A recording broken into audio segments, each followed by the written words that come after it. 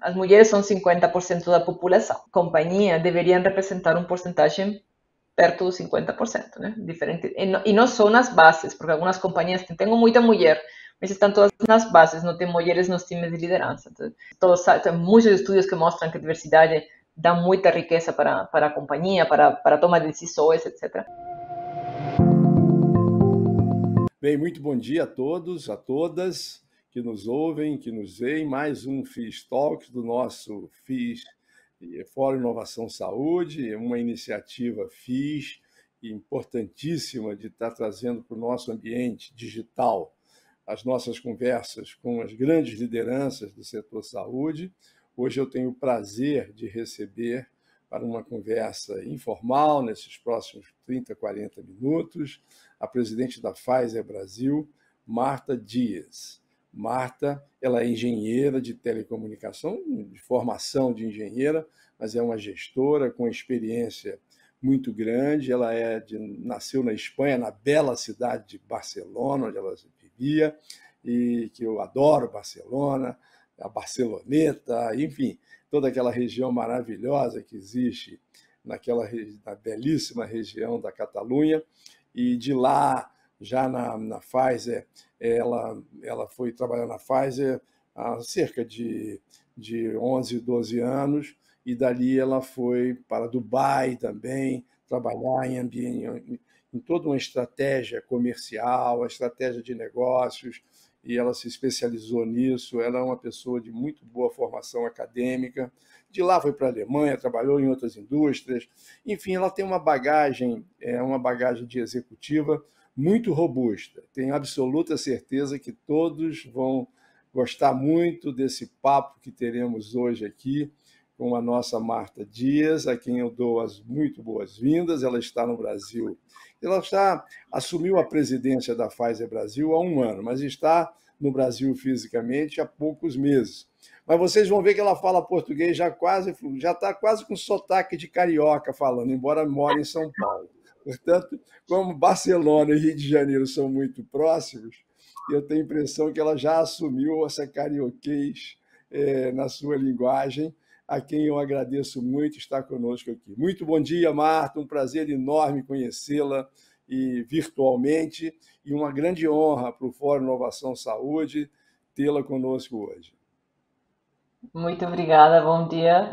Todo prazer é meu, doutor José. Muito obrigada pelo convite para estar com esse bate-papo hoje com a FIS. Muito bom. Marta, vamos começar conversando um pouquinho sobre você mesmo. Essa sua trajetória, na sua formação acadêmica de engenheira, você foi trabalhar em áreas estratégicas da sua organização, que é uma das maiores organizações do mundo nessa área da saúde. Como é que foi a sua entrada na empresa? Você foi trabalhar em que lá? Porque eu acho que a nossa conversa aqui também tem esse componente de inspiracional para as pessoas muito jovens que nos assistem, milhares que nos assistem, que nos veem, que nos ouvem. E é muito importante, primeiro, que uma mulher tenha assumido posição tão relevante numa organização gigante como é a Pfizer.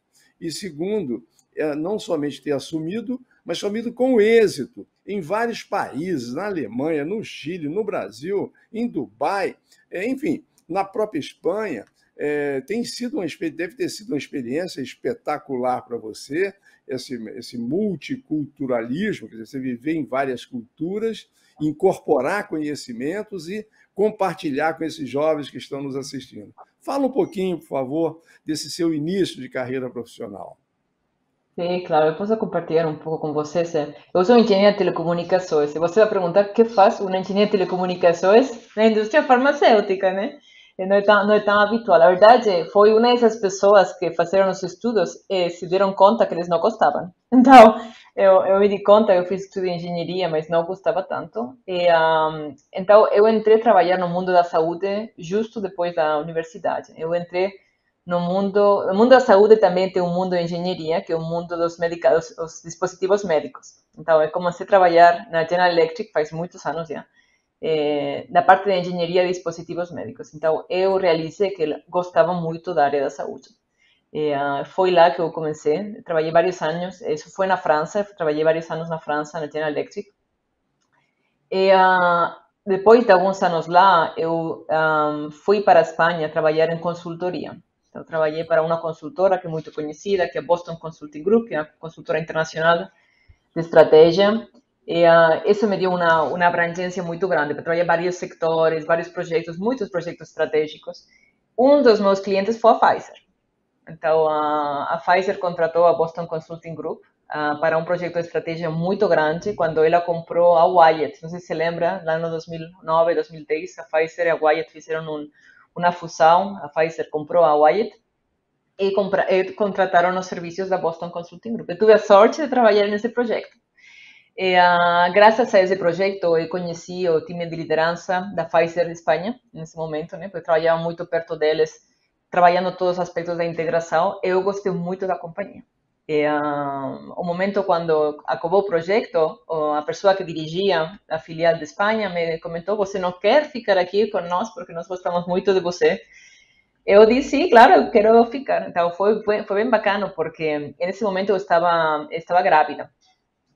Estava já grávida, e ela mesmo assim me propôs uma posição na Pfizer Espanha. Então eu achei uma experiência muito boa também para uma mulher, demonstrar que isso é possível, né? Que uma companhia vá além da situação personal desse momento da mulher. Me contrataram nesse momento, eu fiquei lá vários anos, né? Trabalhando para a Pfizer Espanha, para a Pfizer Europa, e depois para a Pfizer em Dubai, como você comentava. Eu fui para a Pfizer Dubai para trabalhar na estratégia também.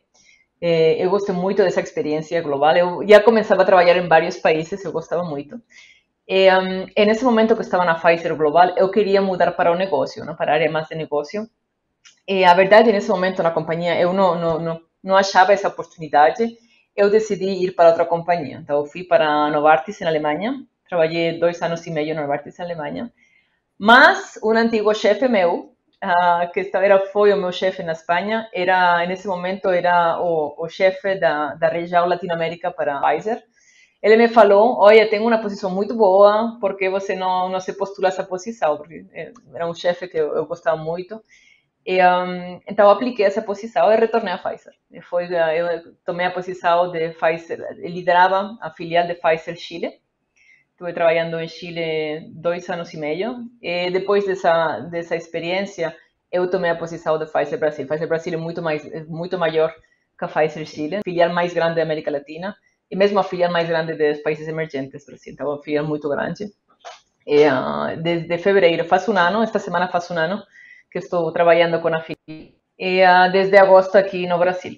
Muito interessante essa sua trajetória.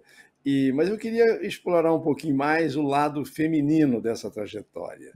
Você acha, a gente tem assim uma impressão, e os dados mostram que aparentemente isso é real, que mulheres e homens não têm as mesmas oportunidades nas organizações, em igualdade de condições, quer dizer, pessoas com a mesma formação como a sua, sendo mulher, ela tem menos chance de alçar posições de destaque nas organizações quando comparado com os homens. Você está mostrando que isso parece não ser tão verdadeiro assim. Pelo menos não está sendo assim na sua organização, na Pfizer, né? É um fato curioso que você reportou aí, que eu queria destacar também para os jovens que estão nos assistindo, que você, grávida, foi contratada. Isso é absolutamente não convencional, não é uma coisa usual. As organizações, eu não sei se no mundo inteiro. No Brasil, eu garanto que há uma certa exclusão na admissão de mulheres grávidas, porque vão se afastar, vão ficar algum tempo fora do trabalho e tal. Essa demonstração da Pfizer de contratar uma jovem para trabalhar, mesmo sabendo estar ela grávida, é uma demonstração de muito respeito a essa questão de gênero, não é? Eu acho que queria que você falasse um pouquinho como tem sido essa política da Pfizer em relação à diversidade, à questão de gênero. Como é que tem, qual é a política da Pfizer em relação a isso? e que a gente pudesse estar compartilhando aqui com outras organizações no Brasil. As mulheres são 50% da população. A companhia deveria representar um porcentagem perto dos 50%, né? Diferente. E não só nas bases, porque algumas companhias têm muita mulher, mas estão todas nas bases, não tem mulheres nos times de liderança. Então, tem muitos estudos que mostram que a diversidade dá muita riqueza para a companhia, para a toma de decisões, etc. Mas também para as referentes que tem as jovens, né? Então, muitas vezes, pessoas mais jovens me falam, eu admiro tanto você, admiro tanto... E acho que é importante para elas ver que não só eu, muitas outras mulheres têm cargos de liderança, que isso é possível. Eu tenho uma família também, porque algumas pessoas falam, não, mas provavelmente ela sacrificou a sua família. Eu não sacrifiquei nada. Eu tenho 2 crianças, eu tenho uma vida familiar também muito rica, então é possível fazer tudo isso. Tem que fazer algumas escolhas, seguramente, sim, mas é possível fazer. Que bom, é possível fazer. Eu tenho percebido isso, não só aí na relação do gênero feminino, mas também é possível conciliar a vida familiar com a vida executiva, empresarial. Você tem que ter método, tem que ter uma certa disciplina, tem que ter um. Claro que algumas escolhas às vezes são feitas, mas faz parte da vida, né? A vida não é fácil, não. As pessoas acham que a vida é fácil, mas não é, não.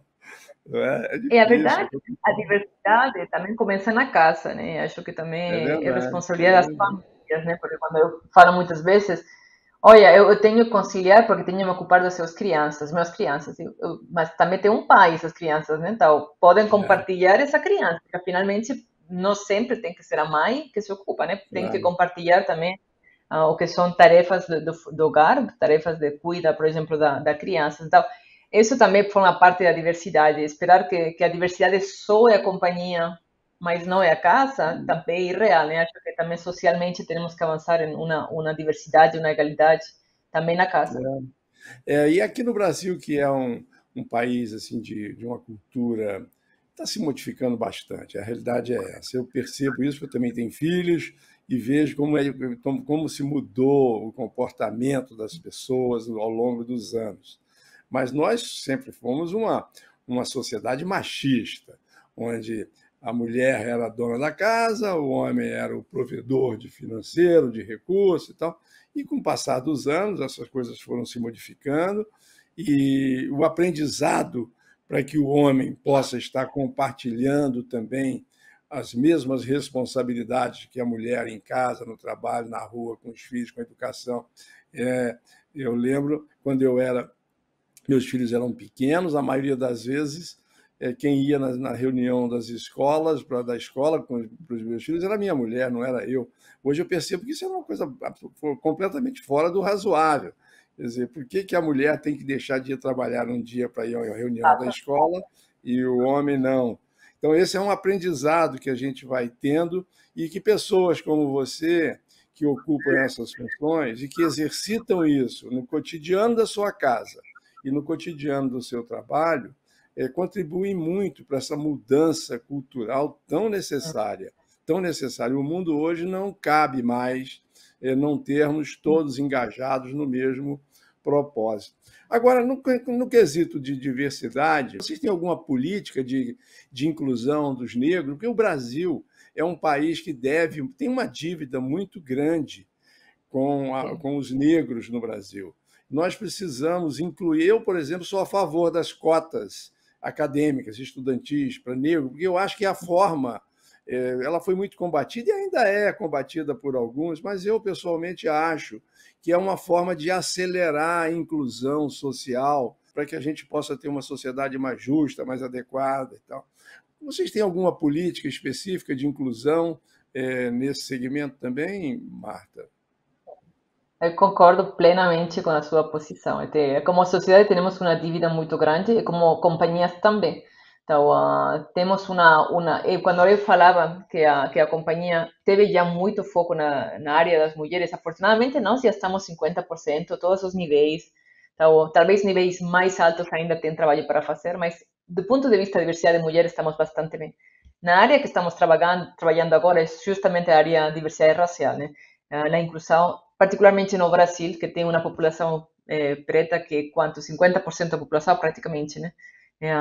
Mas você não vê isso no reflexo na companhia. Temos pessoas, sim, estamos fazendo um esforço muito grande, mas acho que aí tem uma dificuldade maior, o que você estava falando. O tema da educação é muito importante, né? Porque nós, uma companhia como a Pfizer, só tem posições bastante bem formadas, né? Então, não é uma companhia de manufatura, em geral, tem manufatura, mas tem menos aqui no Brasil, né?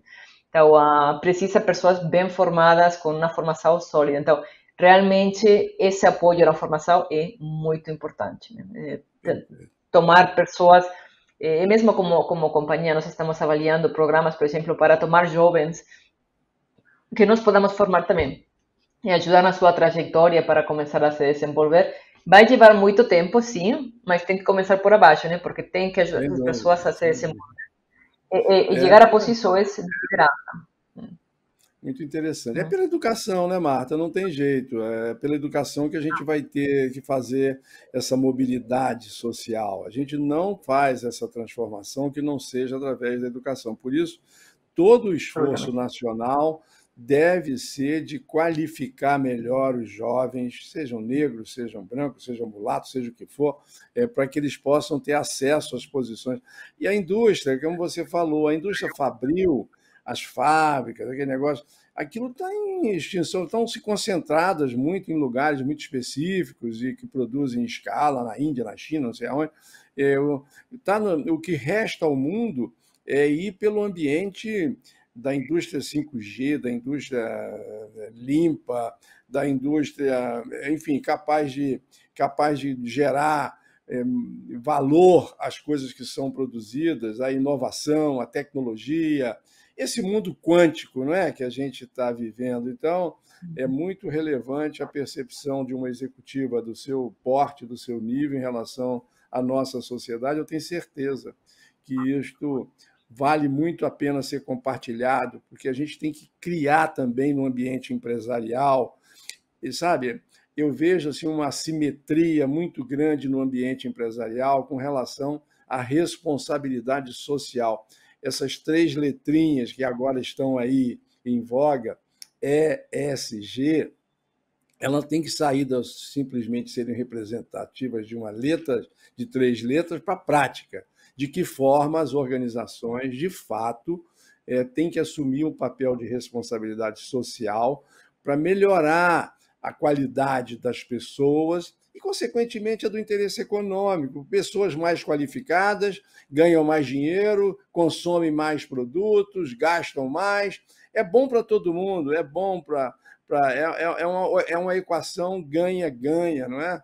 Muito bom ouvir de uma empresária, de uma executiva do seu porte, esse olhar e essa visão. Parabéns. Bom, agora vamos falar um pouquinho da Pfizer, nessa questão do desenvolvimento de imunizantes. Vocês tiveram um papel muito relevante, como eu já citei aqui, na questão do desenvolvimento das vacinas. Nós, nesse período Covid, ficávamos todos torcendo para a Pfizer chegar ao Brasil. E passou-se aí por períodos muito pesados, muito duros. Eu queria aqui publicamente parabenizar o ex-presidente Carlos Murilo pela postura muito correta, muito assim, inspiradora de manter um padrão ético, de manter as relações dentro de compliance rigoroso, para que pudesse não haver dúvidas na condução da empresa em relação àquilo que ela produzia. E eu tenho a sensação que a sociedade brasileira reconheceu isso, reconheceu a Pfizer na figura de Carlos Murilo como sendo uma empresa altamente respeitável, de grande reputação. Parabéns a vocês. Agora vamos falar um pouquinho da vacina em si. Como é que anda a questão das drogas antivirais que estão sendo em desenvolvimento, especificamente para a Covid? Como é que você está vendo o futuro dessas variantes que estão surgindo? E ainda essa semana, anteontem, eu vi a notícia de mais uma variante da Ômicron surgindo. Meu Deus, ninguém aguenta mais esse negócio de Covid. Nós precisamos terminar esse ciclo negativo da nossa vida. Ao mesmo tempo, temos que comemorar muito estarmos aqui conversando e vivos, graças à vacina, graças a Deus e às vacinas que foram disponibilizadas para nós. Mas me conte um pouco como é que andam as pesquisas na Pfizer em relação a novos imunizantes, a drogas antivirais. Como é que está isso, hein, Marta? É. Você sabe muito bem que para uma enfermidade, uma doença infecciosa, tem que ter duas ferramentas, né? Tem que ter a prevenção, mas também o tratamento, né? Caso as pessoas que não se vacinaram, pessoas onde a vacina não funciona. Então, a Pfizer tomou a decisão, a princípio da pandemia, de trabalhar sobre dois né? Por uma parte, a vacina é a prioridade número um, né? Todos sabemos que a vacina é a ferramenta número um de saúde pública de um caso da pandemia ou de infecções que não chegam a ser pandêmicas, mas tem um impacto grande na sociedade. Então, sempre o foco foi primeiro a vacina, e isso foi, ano passado já tivemos muita atividade, como você sabe, particularmente o Brasil, com muitas notícias. O ano passado, 4 de maio, ano passado, a primeira pessoa brasileira vacinada com a vacina da Pfizer. Então, uma grande jornada desde esse 4 de maio. Mais de 200 milhões de vacinas chegaram no Brasil. Então, e ainda 100 milhões têm que chegar este ano, ou estão chegando este ano. Então, a verdade é que muito orgulho por todo esse trabalho que já começou Carlos o ano passado, que eu continuei com todo o time, porque são muitas pessoas trabalhando nisso, né? Então, por essa parte, acho que agora todo mundo conhece a vacina, é muito engraçado, doutor. Cada vez que vou a algum lugar, antes tinha que explicar quem era a Pfizer, agora já não explico mais. Trabalha para a Pfizer, Pfizer, a vacina. Todo mundo conhece a vacina. E isso representou, acho, um movimento muito forte a nível social, né? A parte da vacina, todo mundo conhecendo a importância da vacina, a tecnologia da vacina, e a importância de se vacinar. Agora, o que nós estamos trabalhando é a parte do antiviral. Então, todo mundo sabe, as vacinas não são 100% eficazes. Afortunadamente, tem uma eficácia bastante alta, mas não são 100% eficazes. Tem pessoas para que tem um sistema imunitário talvez mais debilitado por causa de uma doença, por causa de algum tratamento, que as vacinas não conseguem gerar uma resposta imunitária suficientemente forte. Tem novas variantes que conseguem escapar a algumas vacinas. Então, todos esses casos fazem que um tratamento ou vários tratamentos sejam necessários também. Então, a Pfizer, já começou da pandemia, começou a pesquisa para um tratamento, é um inibidor de proteasa. Proteasa é uma enzima que utiliza o coronavírus, o vírus, para se reproduzir. Então, com esse tratamento da Pfizer, o que nós conseguimos é que esse SARS-CoV-2 não consiga se reproduzir, então, a doença não evolucione até formas mais severas da doença. Então, nós fizemos já fase 1, fase 2, fase 3. O ano passado, novembro do ano passado, se publicaram os dados, foram muito positivos, a verdade. Eu acho que ninguém esperava os dados tão positivos, quase 90% de eficácia para casos graves, e dentro do grupo de teste não teve nenhuma morte, né? Sabendo que o grupo de placebo teve 12 mortes. Então, os resultados foram muito positivos, e já o mês seguinte conseguiram a aprovação de uso emergencial à FDA, aos Estados Unidos. E agora estamos trabalhando para fazer um sometimento à Anvisa. Já tivemos algumas reuniões de pré-alinhamento com a Anvisa, de apresentação de primeiros dados, etc. Então, estamos preparando esse dossiê para a apresentação da Anvisa para uma possível aprovação emergencial, de uso emergencial também aqui no Brasil. Que coisa boa, boa notícia que está nos dando. Então, proximamente podemos ter aí uma boa Tomara. nova sendo anunciada, né? Quem sabe a gente possa estar tendo disponibilidade no mercado e para acesso à população de uma droga antiviral específica, que de fato seria uma coisa muito positiva. Agora, Marta, saindo um pouquinho da Covid, que eu acho que está super bem alinhado, que tipo de outras pesquisas estão sendo feitas? A gente tem ouvido falar muito, e eu tenho acompanhado com certo interesse de leitura acadêmica, a questão das bactérias multiresistentes, existentes hoje em todo o mundo, que tem sido assim motivo de grande preocupação, porque pode vir a ser um grave problema sanitário. E existem várias causas para o desenvolvimento dessas bactérias multiresistentes, muitas delas relacionadas ao uso indevido de antibióticos para para a engorda bovina. Tem uma série de usos inadequados dos antibióticos, o uso largo de antibióticos, essas induções de ganho de peso em bois e vacas através de injeção de antibióticos. Isso tudo está criando uma resistência bacteriana e bactérias multiresistentes, ou seja, não existe medicamento ainda capaz de matar aquela bactéria, está amedrontando o mundo científico. A Pfizer tem alguma linha de pesquisa nessa área? Tem alguma notícia que pudesse estar sendo compartilhada conosco a respeito desse tema também? Esse tema é muito importante, é uma tragédia silenciosa, né? Todo mundo sabe mesmo, eu acho que a OMS publicou antes da pandemia um estudo, eles esperavam que em 2050 o mundo teria mais mortes por resistência antibacteriana que por câncer. E ninguém fala, né? Ninguém fala disso, todo mundo fala de preocupação pelo câncer, etc. Mas, francamente, é mesmo mais preocupante ainda a resistência antibacteriana, né? Então, é uma área bem complexa,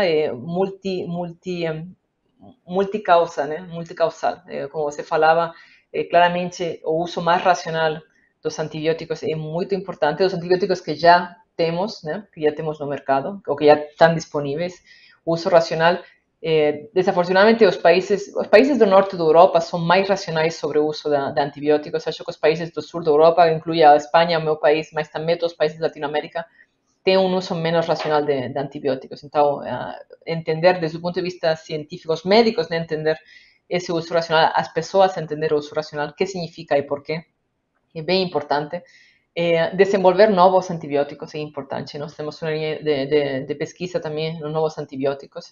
Já antes da pandemia nós lançamos um antibiótico de última geração também justamente para moléculas, para bactérias multiresistentes, que desafortunadamente foi muito utilizado na pandemia. Digo desafortunadamente porque se deram muitos casos de infecções hospitalares, pessoas que entravam com Covid e depois pegavam uma infecção hospitalar. E você sabe que as infecções hospitalares são as mais graves de todas, né? São as que têm Sem mais gravidade. dúvida. Então, com uso de antibióticos muito elevado. E por último, a prevenção. A área de vacinas é muito importante nisso, né? Porque se você consegue prevenir uma doença, você consegue evitar tomar antibiótico depois. Então, a área de prevenção, para mim, a área de vacinas vai ter uma. Agora mesmo você está ouvindo, né? Quantas companhias começaram a invertir agora na pesquisa de vacinas? Acho que isso é muito positivo, porque tomar a futuro a prevenção seja ainda mais importante que já é, e que nós consigamos evitar mais doenças, né? Realmente usando os antibióticos só naqueles casos que são precisos. Então, esse Muito definitivamente é uma área, mas temos muitas áreas de pesquisa. Nós somos uma companhia bastante abrangente. Tem companhias farmacêuticas que estão mais especializadas. Nós temos 6 áreas de atuação muito grandes. Vacinas, agora muito conhecida, é uma das áreas de atuação. Temos oncologia, doenças raras, temos hospitalar, que é a área onde estamos todos os antibióticos hospitalares também, muito importante. Inflamação e imunologia, que é muito importante também, e medicina interna, né? Tá a área de cardiologia, é a área de saúde nervosa.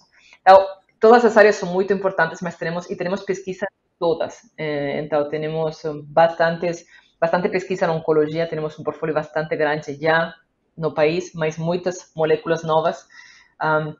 Para cânceres talvez menores, né, para cânceres que afetam menos pessoas. Você sabe que agora com a medicina personalizada e a medicina de precisão, você consegue saber exatamente qual é o gene que produz esse câncer, né? Então, com uma medicina cada vez mais personalizada para cada um dos pacientes. Então, bem inovador, né? Bem sem motivador tudo o que está dúvida, sem acontecendo na área de dúvida. oncologia. Em outras áreas também temos na área, por exemplo, da imunologia também, várias moléculas na área de dermatologia, né? De dermatite atópica, por exemplo, que é uma doença também bem pouco falada, né? A gente não fala tanto, mas que cria bastante problema de saúde pública também. Muito interessante, todas essas áreas de conhecimento da Pfizer.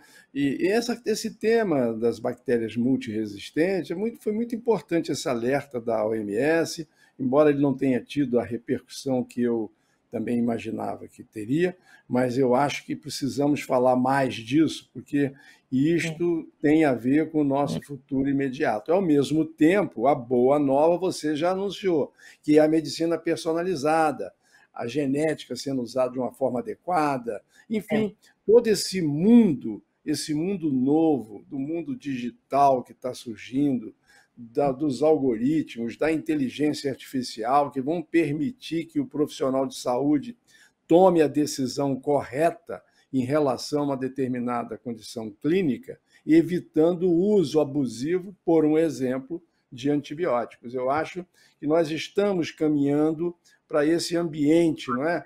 Esse ambiente quântico e que certamente vai facilitar demais a vida das pessoas e, especialmente, vai permitir ao médico ter uma tomada de decisão mais segura. Eu sei que seu tempo está chegando ao final.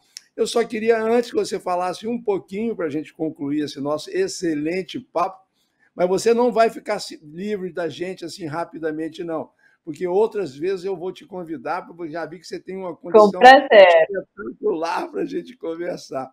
Fala um pouquinho apenas sobre a questão de responsabilidade ambiental da sua organização. O que ela tem feito para a preservação desse ambiente mais sustentável, menos emissor de carbono?